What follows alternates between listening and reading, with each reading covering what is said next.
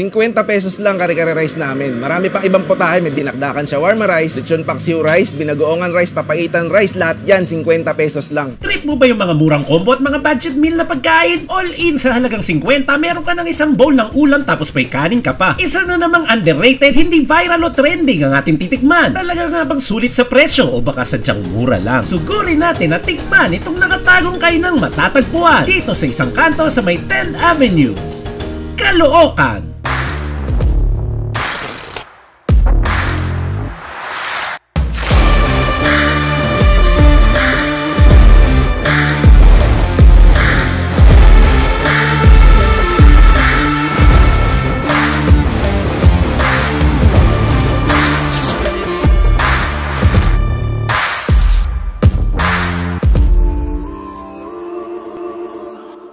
Ako po si Chi Peregrino, co-owner nitong Gaolu. Kami po yung nagbebenta ng 50 na for the meals, may ibang ulam, may kasamang kanin. Nagsimula muna ako 2019. Lugawan siya sa kabilang side. Doon dumami na rin yung tao, pati mga estudyante. Kasi mura lang din yung lugaw ko. 10 pesos lang nun eh. Then nag-pandemic, napilitan ako magsara. Walang trabaho makuha. Ang nangyari, 2021, mother ko na stroke. Ang nangyari, napilitan kaming magbenta ng properties. Fortunately, nai-invest namin sa maling tao. Yung mismo pinagbentahan. Kaya mismo yung panggamat ng mother ko, pati father ko na rin. Hanggang ngayon na nakahiga pa rin siya, hindi pa rin niya kayang tumayo. Tapos nagpapatong-patong yung mga bills namin.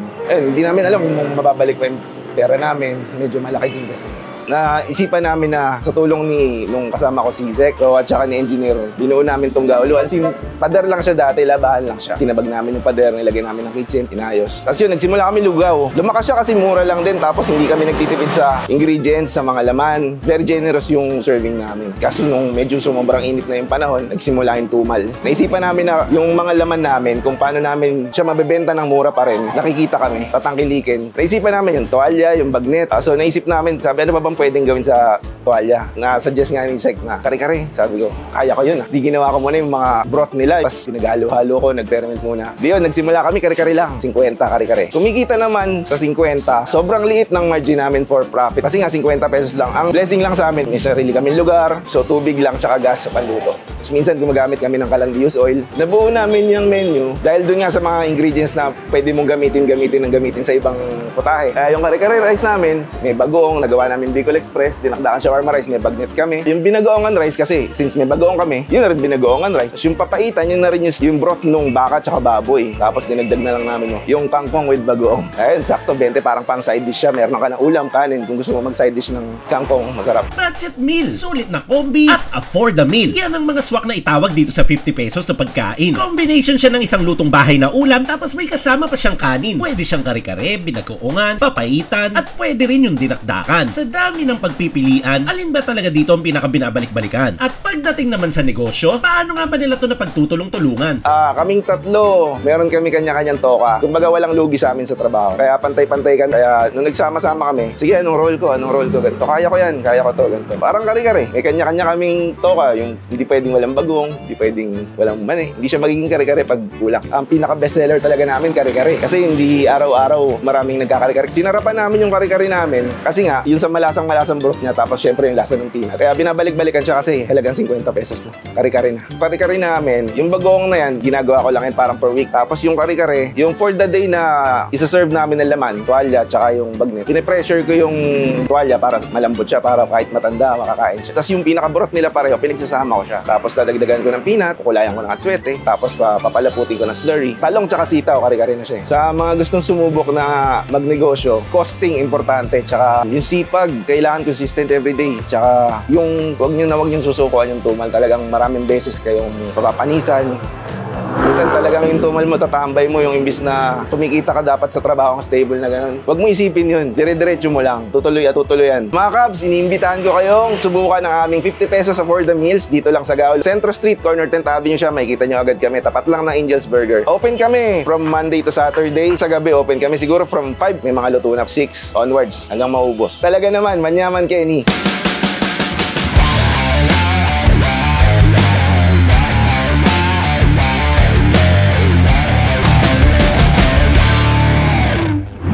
Mga Kab! Kainan na mga mga Cavs! At welcome dito sa Caloocan, particular dito sa Gaulo na nagtitinda ng 50 pesos ulam rice. Napakamura niyan, tol. 50 lang, tol. May ulam ka na, may kanin ka pa. Iba-ibang ulam pa nga itong in-order natin. Kasi nga 50 pesos lang eh. Ba't naman titipirin mo pa? So meron tayo ditong kare-kare, meron pang papaitan, binagoong ang baboy, lechong paksiw, at meron pa tayong side dish na kangkong na may bagoong. Yan naman ay 20 pesos lang, tol. Ang mura naman lalo nun, tol. Atak na agad tayo, tol. Tol. Meron ako dito papaitan. Lagay ko na agad yan sa rice ko. Yan yung mga paborito eh.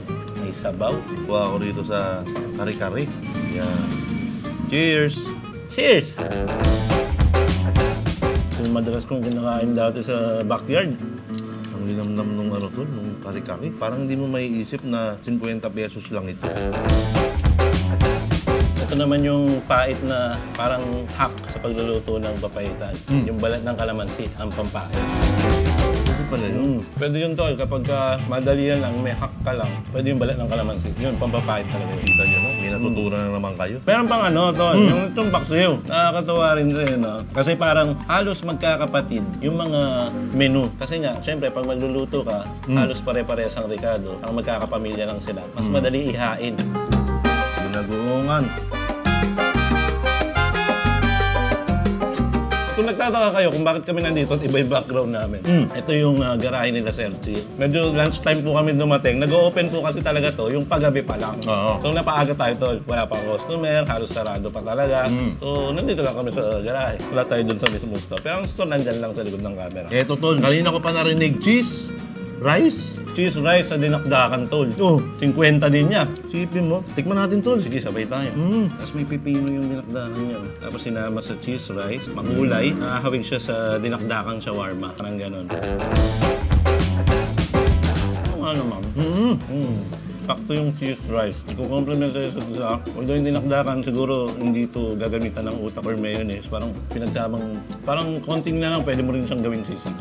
Parang ganun. Kaya nga sinasabi mo kanina tol, yung mga mabilisang preparasyon, no? Yung mga diskarte at saka mga hacks. Para mabilis mong maluto yung isang putahe. Oo, kasi lahat yan halos. Actually may ano pa dito, may Bicol Express. Pero enough na to kasi baka hindi ba natin maubos. Kasi magkakalintulan dyan kapag niluto mo. Lahat halos nilalagyan ng bagoong. Lahat ginagamitan ng sabaw na pinagkuluan. Ng baboy, pampalasa. So talagang madali i-prepare to para sa kanila. Talagang 50. Siyempre nga naman kailangan mabilisan. Speaking of mabilisan, nabanggit mo rin yung Bicol Express. Kaya hindi natin in-order yun tol para sa mismong Bicol natin tikman. Ay, ano? Maganda yun ah. Parang wala pa tayong plano nun, pero... Makapasubo na. Sige! Subukan natin! Subukan na. Baka may kapitang taga Bicol dyan. Magparamdam tayo sa comment section. Ito naman tol, yung sinabi mo kanina, kangkong with bagoong. 20 lang yan, tol. Kasi side dish lang yan eh. Tapos yung kare-kare nila, mga tuwalya ang nilagay, tapos nilagyan na rin ng gulay, katulad ng talong, at saka sitaw, usual naman yan. Tapos mapartner mo sa bagoong. Maning-mani. Maning-mani talaga tol. Maning-mani, saka yung broth. Pag pinagsama mo yun, tama-tama. Kain mo tayo? Tara na!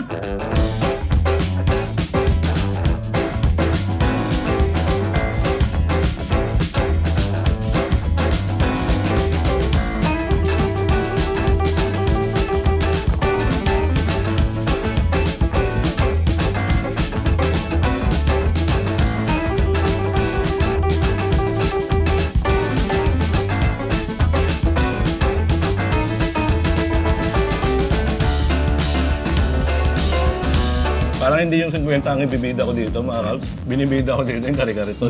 Puro dito yung kain ko eh, sa kare-kare. Hindi siya ganun kalapot, di rin siya ganun kalabnaw. Tamang thickness lang din ng sarsa niya. Hindi siya na-overpower kung ginamitan man doon ng peanut butter, hindi siya na-overpower.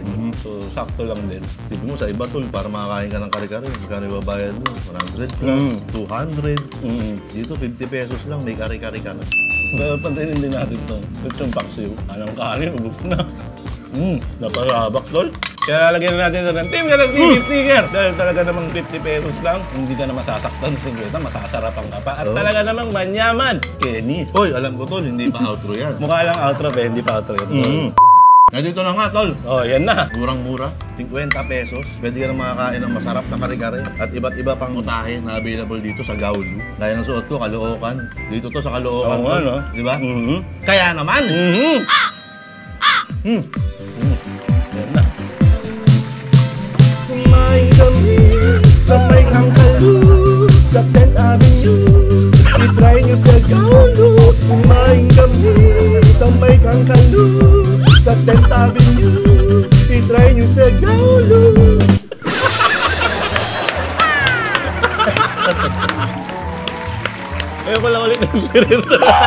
Tawa talaga. Maganda delivery, tol. Maganda. Maganda. Mahusay nga. Mahusay ba? Isa pa nga. Uy! Mamaya na!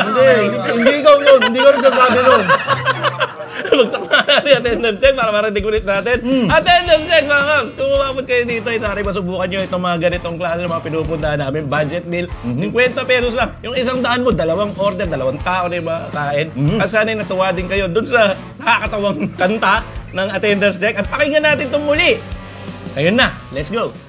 Kumain kami sa may Bangalore, sa 10th Avenue, itry nyo sa Gaulo. Kumain kami sa may Bangalore, sa 10th Avenue, itry nyo sa Gaulo. Alright! Ang ganda, tol, palseto. Ang ganda ba? Ang ganda. Akala ko original eh. Actually, original talaga yun. Original ba yun? Akala ko katunog lang. Hindi original yan. Natuwa naman si Jumbo eh.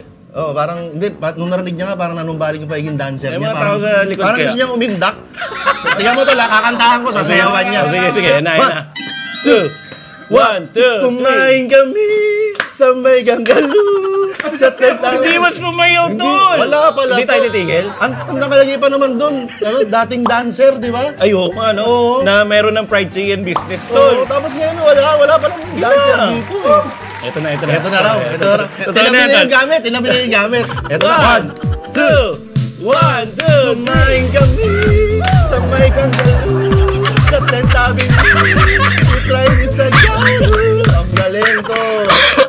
muna tuloy ako. Tol, alam mo kung ano yung ginawa ni Jumbo? Ah. Yun ang tinatawag na attendance check. Ay, oo nga naman. Sinayaw niya. Tama. Oo. Kung gusto nyo ng mga ganon, palagi, pag may attendance check, i-comment nyo na rin dun sa baba. Oo. Baka sakaling maibalik natin sa pagiging dancer yung bagong fried chicken. Oo. Diba? Sige, lagyan natin ng gano'n, di ba mga Cubs? I-comment nyo lang sa baba kung natuwa kayo dun sa sayaw. Pero kung hindi naman, comment nyo na rin. Comment nyo ba rin? Para lang may survey kami. Ayan. Natuwa kami dito sa Gaulo, located to sa 10th Avenue, dito sa Caloocan. So, nasa kanto siya ng Centro Street. Yeah. Pagkapasok nyo doon, bungad lang talaga. Andito na, makikita nyo sa kaliwa. Ito yun, Gaulo. Ayan, baka may mga nanonood dito, yung mga kapitbahay namin sa 8th Avenue. Pumunta na kayo rito. Oo, dyan lang kami sa 8th Avenue eh. Ayan, mo puntahan nyo rito, tsaka yung mga taga 7. Dito na tayo. Yun. Gaulo. Merienda, hapunan, tanghalian, kayo na bahala. Pero alam ko, bukas nga to, yung 5 o'clock PM onward. Yeah. Ayan, dito na muna. Sana na pasyal namin kayo, nabigyan namin kayo ng idea ng mga pwede nyong subukan na murang-mura lang at hindi kayo magsisisi. Sana nabigyan rin namin kayo ng ngiti. Dahil ang ngiti ay nakakahawa. Kaya ngiti-ngiti lang tayo palagi. Katulad nito. Anong ngiti yun? Yun yung ngiting ano, kumain kami. Yun yun, tol. Pag ka na sumayaw, ha? O, next episode na lang, ha? Ito na, ako po si Capstet! At ako po si Mayor TV. At ito po ang TCTV 2K24 na lagi magsasabi at magpapaalala sa inyo. Huwag na huwag nyo kakalimutan at lagi nyong tatandaan. Ang ating rule number 2, magpanulak muna tayo ng Yan. soft drinks. Cheers. Cheers. Ay. Manyaman! Kenny. Bye! Peace out! Peace out. Alright, let's go! Alright. Ganda na natin yung may sayaw pa. Oo, attendance. Check. Ang galing. Ito. Ha? Nagpawisan ka? Ganun talaga. Thank you kila Sir, yung may-ari na Gaulo. Maraming salamat po sa pag-prepare. Siguro maganda to takpan na may kasamang sayaw. Uy, oo naman. Pag ganun yung step, no? Yung Oo, pang-ending. tol. Yung pinakahuli, yun yung pantakip. 1, 2, 1, 2. Kumain kami sa may Kangkalu, sa 10th Avenue. I-try nyo sa Gaulo. Gaulo. Gaulo na, uy. Nasarapan ka naman. Grabe naman to. Nag-request pa! Nasarapan naman masyado sumayaw to. 1, 2, 1, 2. Kumain kami sa may Kangkalu, sa 10th Avenue. I-try nyo sa Gaulo.